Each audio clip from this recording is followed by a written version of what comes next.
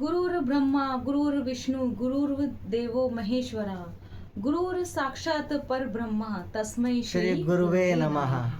तो नमस्कार साथियों, आज आप सभी का स्वागत है हमारे पॉडकास्ट में। तो ये पॉडकास्ट समर्पित है हमारे जीवन को रोशनी देने वाले सभी गुरुओं को साक्षात नमन। तो इससे पहले हम इस पॉडकास्ट की शुरुआत करें, हम आपको बताना चाहेंगे कि हम इस कोशिश करेंगे ये पूरी कि ये पॉडकास्ट एक सामान्य भाषी लोगों के पास पहुंच पाए, सामान्य लोग तक पहुंच पाए।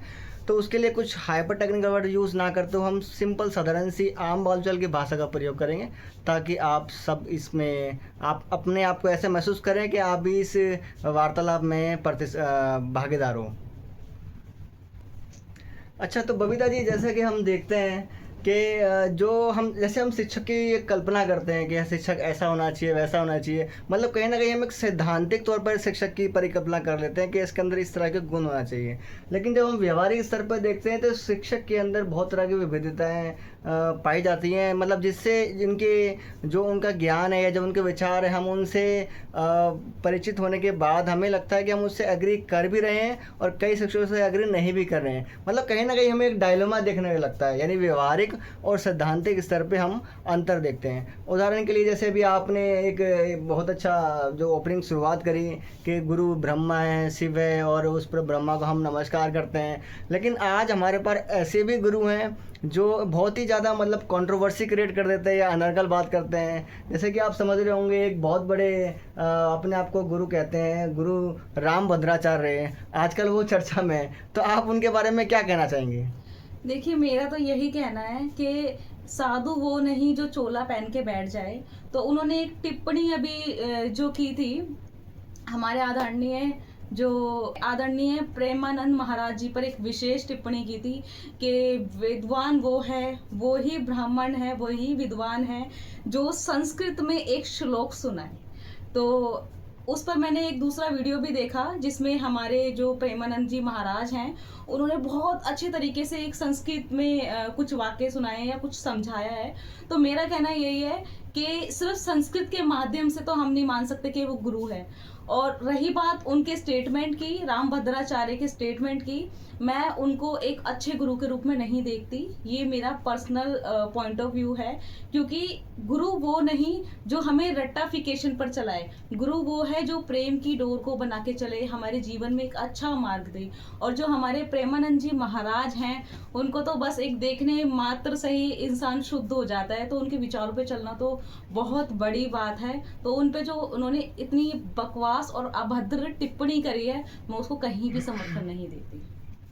और कहीं ना कहीं हम देखें तो जो एक गुरु समाज है वहीं से अलग अलग टिप्पणियाँ इस विषय में आ रही है। जैसे कि अगर आप देखेंगे कि आदि शंकराचार्य हैं, वो उस पर उनसे पूछते हैं कि क्या संस्कृति के एक क्राइटेरिया, एक आधार है ज्ञान का? क्या कोई व्यक्ति जो अवधि बोलता है क्या वो ज्ञानी नहीं है? क्या तुलसीदास ने जो रामायण लिखी तो क्या वो ज्ञानी नहीं थे? संस्कृत बोलना ही एक आधार है। तो इस तरह से हम देखते हैं कि एक संत समाज भी गुरु रामभद्राचार्य की जो कथन था उसको वो सपोर्ट नहीं कर रहे हैं। और कहीं ना कहीं जो रामभद्राचार्य गुरुजी है वो भी अपने उस स्टेटमेंट से बैक लेते हुए दिखाई दे रहे हैं। और आजकल ये कमेंट दे रहे हैं कि मैं प्रेमानंद महाराज जी को आशीर्वाद दूंगा, मेरे शिष्य की तरह है। हालांकि देखा जाए तो यहाँ भी कहीं ना कहीं वो अपने आप को बड़प्पन ही दिखा रहे हैं कि मैं बहुत बड़ा हूँ गुरु और मैं उनको मतलब आशीर्वाद दूंगा। इस तरह की बोलचाल, उनकी भाषा शैली आज भी हमें देखने को मिलती है।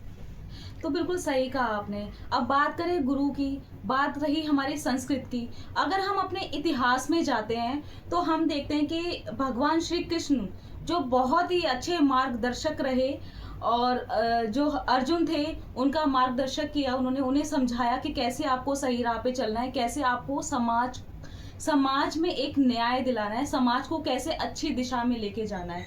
तो ये थे गुरु। गुरु का मतलब सिर्फ संस्कृत शब्द से ही नहीं या कुछ रट्टाफिकेशन से नहीं, एक सही समाज का निर्माण करना, एक सही दिशा में अपने शिष्य को लेके जाना गुरु है। जैसे कि मैं अगर बात करूँ अपने स्कूल टाइमिंग की, या मैं बात करूँ जो भी आज मैंने पाया है या जो भी मैं आज कर रही हूँ, जो भी मैं संस्था चला रही हूँ, एनजीओ चला रही हूँ, या मैं एक टीचर हूँ या योग शिक्षिका हूँ, कहीं ना कहीं हमें अलग अलग तरीके के शिक्षक मिलते हैं। हमने देखा कि बहुत अच्छे टीचर ऐसे भी थे जो हमें एक विषय को बहुत अच्छे तरीके से पढ़ाते थे और हम उसमें मार्क्स भी अच्छे लेके आते थे। लेकिन मेरे जीवन में एक शिक्षिका रही जिनका नाम है पुष्पा कुमार मैम। उन्होंने एक शिक्षा को अगर मैं हटाऊँ तो मेरे जीवन का मार्गदर्शन ऐसे किया, मुझे ऐसी-ऐसी चीज़ें सिखाई, इवन डेली रूटीन में हमें कैसे केयर करनी है उससे लेकर के हमें अपने जीवन में आगे कैसे बढ़ना है, हमें अपने विचारों को कैसे महत्व कर देना है, या हमें अपनी लाइफ में जो एक होता है ना कि हमें टारगेट बनाना है, हमें वहां तक पहुंचना है। तो मेरे लिए बहुत ही अच्छा मार्गदर्शक रही मेरी आदरणीय शिक्षिका पुष्पा कुमार जी, जिन्होंने मुझे छोटी छोटी चीजें बताई कि बेटा आप एक लड़की हो, आपको ये गलतियां नहीं करनी जीवन में, आपका सिर्फ एक यही नहीं कि आपको शादी करके घर जाना है, नहीं। उन्होंने बताया कि आप अपनी शिक्षा को कैसे आगे बढ़ा सकते हो, आप अपना लाइफस्टाइल कैसे रख सकते हो, आपके लिए पैसे कमाना कितना जरूरी है, और एक लड़की अगर शिक्षित होती है तो समाज को कैसे शिक्षित कर सकती है, समाज को कैसे आगे लेके जा सकती है, सिर्फ एक परिवार ही नहीं। और आज सभी जानते हैं कि 9 वर्ष से मैं एक संस्था चला रही हूँ, इच्छा शक्ति एक नई सोच, जिसमें कितने ही बच्चे शिक्षा ग्रहण कर चुके हैं। बिल्कुल। और क्योंकि आज शिक्षक दिवस है तो कहीं ना कहीं हमारे मतलब मेरे दिमाग में भी कुछ यादगार लम्हे हैं जो हमने स्कूल टाइम में या कॉलेज टाइम में अपने शिक्षकों के साथ जिए थे। खासकर मैं अपने टीचर को याद करता हूँ और एक इंसिडेंट विशेषकर याद करता हूँ कि एक दिन एक मेरा मित्र हमारे एक कन्वर्सेशन के दौरान हमारे शिक्षक से पूछ रहा था कि कह रहा था कि आजकल के समाज का नैतिक पतन हो गया है, वो धर्म को नहीं मानते हैं, नास्तिक हैं, इसलिए उनके अंदर एक नैतिक पतन है और नैतिकता नहीं है, मतलब ये अन्याय है, अधार्मिक है। तो हमारे जो एक सर थे उन्होंने बहुत ही अच्छा जवाब दिया। वो आज इस दुनिया में हालांकि नहीं है, वो राजनीति विज्ञान हमें पढ़ाते थे कॉलेज टाइम के अंदर। तो उन्होंने एक ही जवाब दिया। पहले उन्होंने उस बच्चे से ये प्रश्न पूछा कि आप धार्मिक या धार्मिक किसको मानते हो, या अन्याय क्या चीज़ है।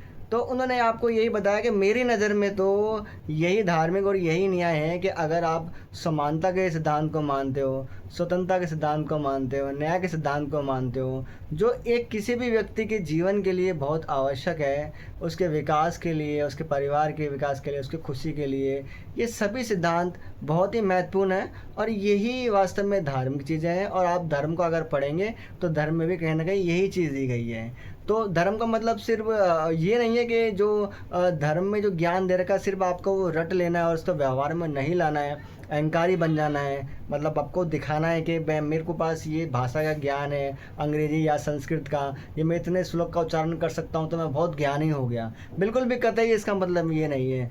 ज्ञान का मतलब सिंपल सा साधारण सा ये है कि आपको उसको व्यवहार में लाना है, और व्यवहार में लाने के बाद समाज को एक खुशमय समाज बनाना है, समाज में खुशी फैलानी है। उसको हम ज्ञान का सही उपयोग के तौर पर देखते हैं, जो कि एक शिक्षक का बहुत ही महत्वपूर्ण कार्य है जिसकी तारीफ हर कोई व्यक्ति करता है। जैसा कि आज हम देखते हैं कि अगर आप कोई भी उस कंट्रोवर्सी को देखेंगे राम भद्राचार्य और प्रेमानंद महाराज जी की, तो उनके कमेंट बॉक्स में आप देखेंगे बाबा जो प्रेमानंद महाराज जी हैं उनके लिए इतने ज़्यादा लाइक्स आ रहे हैं, व्यूज़ आ रहे हैं, बहुत अच्छे कथन आ रहे हैं, और उनको जो दूसरे राम भद्राचार्य हैं उनको इतनी गालियाँ पड़ रही है कमेंट बॉक्स के अंदर, जिसके कारण से उनको भी अपना स्टेटमेंट बदलना पड़ रहा है। तो व्यवहारिक चीज़ें जो होती हैं वो बहुत ही ज़्यादा समाज पर प्रभाव डालती हैं। हम जो बोलते हैं और जो करते हैं दोनों में अगर अंतर होता है तो जो व्यवहार में ला रहा उससे लोग ज़्यादा इम्प्रेस होते हैं, और जो व्यवहार में नहीं ला रहा उससे लोग इम्प्रेस नहीं होते, उसको मान के चलते ये पाखंडी है, इसको ज्ञान के ऊपर अपना बहुत घमंड है। सभी जानते हैं कि जो हमारी प्रथम गुरु है वो हम माँ के रूप में देखते हैं कि जो शुरुआती हमारी जो गुरु होती हैं वो हमारी माँ हैं, उनसे ही हम सीखते हैं। माता पिता ही हमें दिखाते हैं कि क्या करना है, कैसे खाना है, कैसे चलना है। लेकिन एक चीज़ और है, अगर हम ह्यूमन साइकोलॉजी को देखें तो बच्चा अनुकरण से चलता है, अनुकरण और वातावरण, हमारा इन्वायरमेंट कैसा, वातावरण कैसे, कैसे माहौल हम बच्चे को दे पा रहे हैं, कैसा व्यवहार माता पिता आपस में कर रहे हैं या अपने दूसरे बच्चों के साथ कर रहे हैं, या बड़े छोटों के साथ या छोटे बड़ों के साथ कर रहे हैं, वो वातावरण साथ ही उन्हें देख देख के बच्चा अनुकरण करता है, यानी कि उनको देख देख के ही सीखता है। अगर माता पिता बहुत प्रेम भाव से एक दूसरे के साथ व्यवहार कर रहे हैं, खा पी रहे हैं, साथ में मिलके चल रहे हैं, तो बच्चा नेचुरली वैसा ही बन जाएगा। तो ये क्या है, उसकी पहली शिक्षा हो रही होती है, स्कूल तक वो बाद में पहुंचता है। पहला जो उसका माइंड सेट है, जो उसका मन है, वो पहले ही पक्का हो जाता है, पहले ही वो तैयार हो जाता है कि उसे कैसा व्यवहारिक बनना है। वो जिद्दी बनेगा या जो प्यार वाला माहौल बना हुआ है वो, या कुछ शेयरिंग का माहौल होता है आपसी भाई बहन में, कैसे हमें रहना है, कैसे चलना है, कैसे साफ सफाई रखनी है, ये सारी चीजें हमें माता पिता ही देते हैं। अच्छा बबीता जी, इतनी सारी चर्चा तो हमने कर ली, अब आप हमें ये बताइए कि हम शिक्षक दिवस आखिर बनाते क्यों हैं? तो आप तो ये जानते हैं कि 5 सितंबर को हम शिक्षक दिवस मनाते हैं, और रही बात विश्व की, तो विश्व में मनाया जाता है 5 अक्टूबर। ये बहुत सारे लोगों को नहीं पता होगा। अब हम बात करते हैं हमारे देश की। तो सभी जानते हैं हमारे प्रथम उपराष्ट्रपति और हमारे सेकंड राष्ट्रपति जो थे, आदरणीय डॉक्टर सर्वपल्ली राधाकृष्णन जी, जिनका जन्मदिन था 5 सितंबर को। और जब वो राष्ट्रपति बने थे हमारे देश के, तो उनके जो कुछ मित्र हैं और उनके जो पूर्व शिष्य थे, जो उनके स्टूडेंट थे, वो लोग उनके जन्म दिवस पर कुछ उपहार और सेलिब्रेशन करने आए थे। और उन्होंने कहा कि हमें बहुत खुशी होगी कि हम हर साल इस दिन आपके नाम से सेलिब्रेट करें। तो उनको उत्तर था कि मुझे खुशी तो हुई है, लेकिन मुझे खुशी तब ज़्यादा होगी जब ये जो दिन है, 5 सितंबर का जो दिन है, वो सभी शिक्षकों को समर्पित हो जाए और इस दिन शिक्षक दिवस मनाया जाए। तो मेरे लिए ये बहुत खुशी का दिन होगा।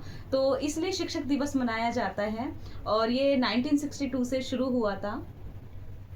तो आप सभी का इसी के साथ धन्यवाद। इसके साथ ही हम अपने इस पॉडकास्ट को समाप्त करेंगे, लेकिन आप सभी दर्शकों के लिए एक सवाल हम यहाँ छोड़ के जाएंगे कि आप सभी कृपया हमें बताएं कि डॉक्टर सर्वपल्ली राधाकृष्णन जी ने ऐसा हमारे देश में शिक्षा के क्षेत्र में क्या किया कि हम उनके बर्थडे को टीचर्स डे के रूप में मनाते हैं। कृपया इसे कमेंट बॉक्स में लिख के ज़रूर बताएं। धन्यवाद।